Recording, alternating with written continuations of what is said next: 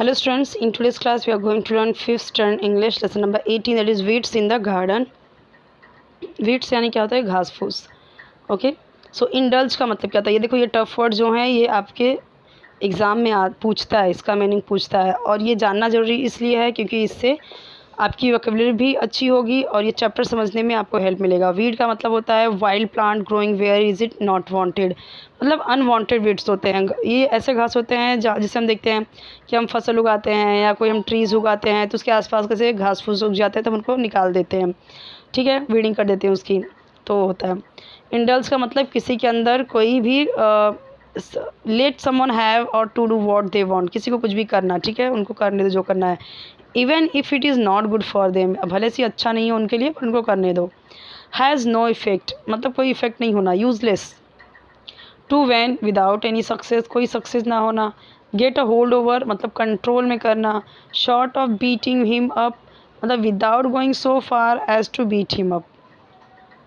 Opportunity means chance. Specialities मतलब special quality, कोई अच्छी क्वालिटी होना, कोई एक मतलब स्पेशल होना, स्पेशल क्वालिटी. अपरूट का मतलब खींच लेना, ज़मीन में से खींच लेना, उखाड़ देना किसी चीज़ को. जैसे हम घास को कैसे करते हैं, ज़मीन से उसे अपरूट कर देते हैं, निकाल देते हैं, उखाड़ देते हैं, उसको बोलते हैं अपरूट. टग यानी पुल, खींचना. टू नो अवेल मतलब कोई सक्सेस ना मिलना. इम्प्लीमेंट्स का मतलब tools. To get rid of means to take action so as to be free of something. Write the answers to the following questions. देखते हैं. When do parents feel sorry and become unhappy? Parents sorry कब feel करते हैं और वो दुखी क्यों हो जाते हैं?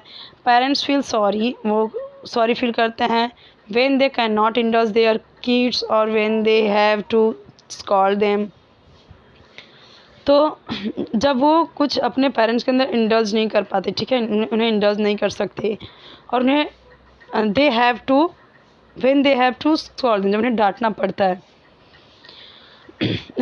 When even a scolding has no effect, और जब डांटने में भी कोई इफेक्ट नहीं पड़ता तो पेरेंट्स कैसे दुखी हो जाते हैं.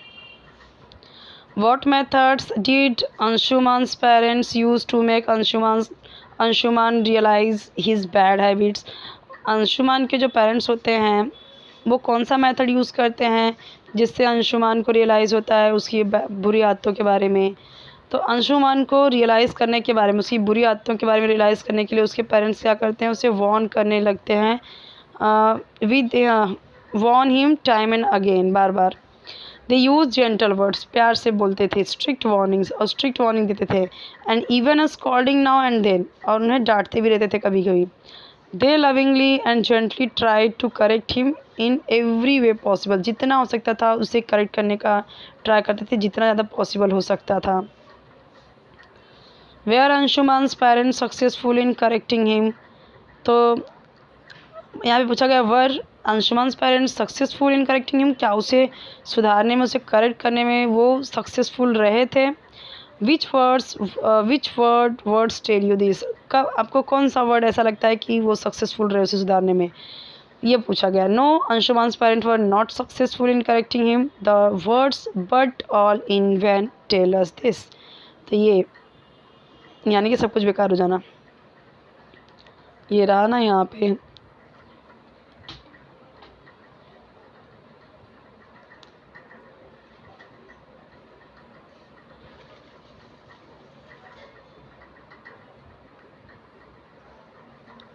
बट ऑल इन वेन, यहाँ पे ये रहा इन वेन का. विदाउट एनी सक्सेस, कुछ सक्सेस नहीं मिलता उन्हें. तो ये लाइन से पता चलता है. देखो नेक्स्ट क्वेश्चन देखो. What did Anshuman's father want him to pull out from the ground. Anshuman के पता यहाँ पे क्या बोला, वॉट डिड अंशुमान्स मतलब क्या अंशुमान के जो फादर थे वो उसे ग्राउंड से बाहर निकालना चाहते थे. तो देखो यहाँ पे दिया गया, Anshuman's father wanted him to pull out a weed from the ground. तो यहाँ बोला गया जो घास है ना उसको बाहर निकालना चाहते थे. Use the following phrases in your sentence. In when, gate a hold over. तो इन वेन का पहले हम देखते हैं. निशा की माँ ने ट्राई किया to make her study hard, कि वो स्टडी अपनी हार्ड कर सके, but it was all in vain, लेकिन ये सब व्यर्थ रहा, कुछ भी सक्सेस नहीं हुआ. Get a hold over. We should not get laziness, get a hold over. यहाँ पे क्या बोला गया है कि हमें लेजीनेस नहीं होना चाहिए, कि हम पे पूरी हावी हो जाए हमारा लेजीनेस। अब यहाँ पे देखो क्या बोला गया, add proper prefixes like up, on, dis, in to the following to form opposites. तो देखो यहाँ पे ये सब के सब यहाँ पे दिए गए हैं कि आपको क्या बनाना है, प्रीफिक्सेस बनाना है। प्रीफिक्स मतलब क्या होता है, जो वर्ड के पहले यूज़ होता है और फिर एक न्यू वर्ड प्रिपेयर होता है।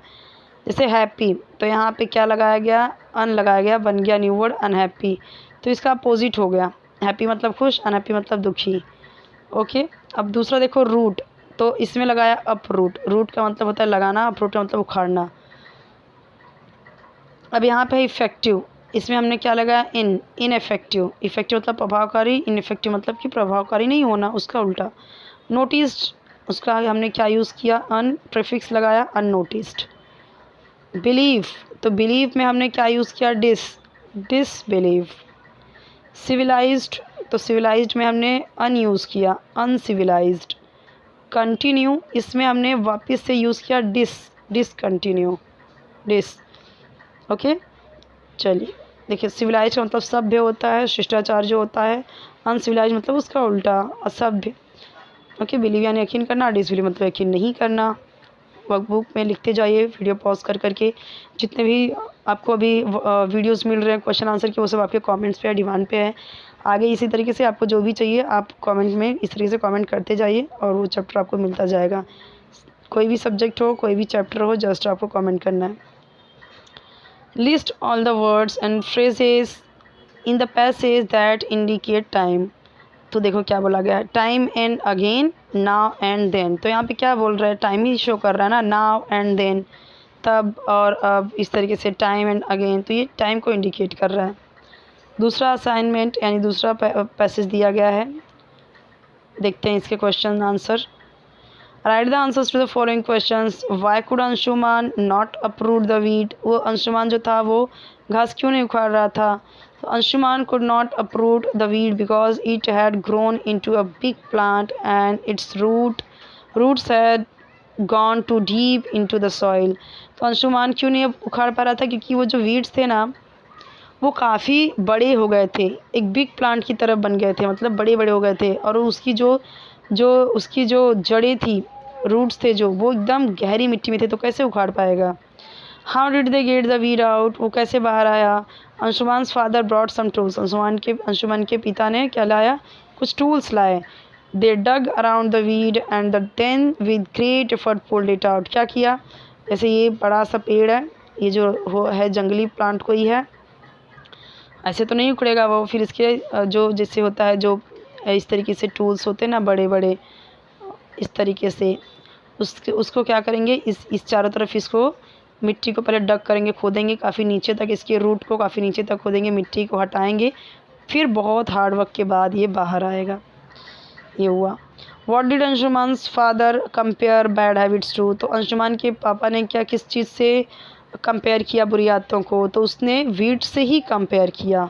ठीक है, the longer you allow them to grow the harder it is to uproot them. अगर लंबे टाइम तक तुम इसे अलाउ करोगे, मतलब वही बुरी आदतें तुम करते जाओगे तो उसे उखाड़ना यानी उसे ख़त्म करना मुश्किल हो जाएगा।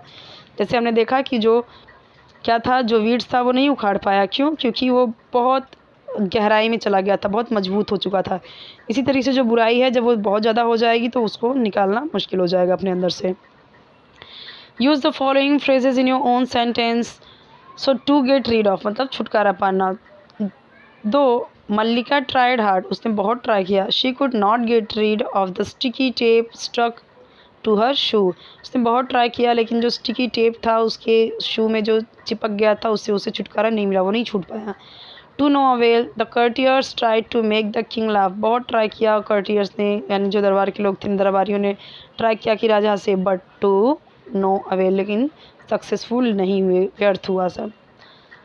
क्या बोला गया अभी, फ्रेजेस ये जो दिए गए हैं वो बताना है आपको। इंडिकेट टाइम, जो टाइम इंडिकेट करता है यही जो पहले भी आया, नहीं ये अलग है। Through out the his life यानी पूरी लाइफ, और अर्ली मॉर्निंग, ये दोनों ही टाइम को इंडिकेट कर रहे हैं। तो देखो observe the picture on page 46, page number 46 में जो पिक्चर दिया गया है आप उसे देखो और मीनिंग चेंज करो। ये जो सेंटेंसेस दिए गए हैं प्रीपोजिशन के through, by changing the preposition.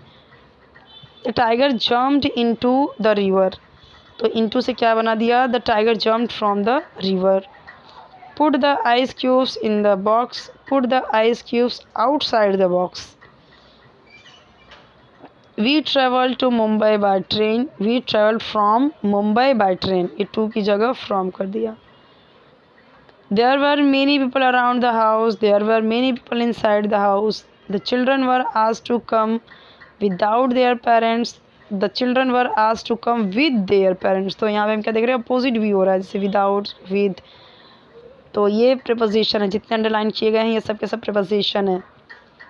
Change the meaning bye changing the adverb, meaning change करना है आपको, क्या चेंज करके, adverb. Speak gently, speak loudly. Come in, come outside. Hit the stone hard with hammer, hit the stone gently with the hammer. अगर हम देखें तो ये दोनों इसके अपोजिट वर्ड भी हो रहे हैं, ठीक है, लेकिन ये दोनों ही क्या है, एडवर्ब है।